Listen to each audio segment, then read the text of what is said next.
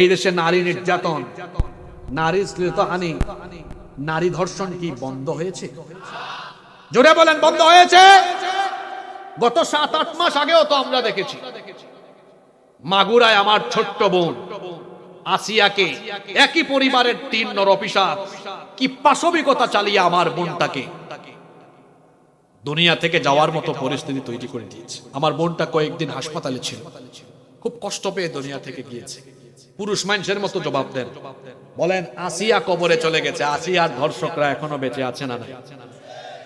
এই আদালতগুলোতে বিচার হয় মানুষের আইন দিয়ে না আল্লাহর আইন দিয়ে? এ কথা বলছেন না কেন?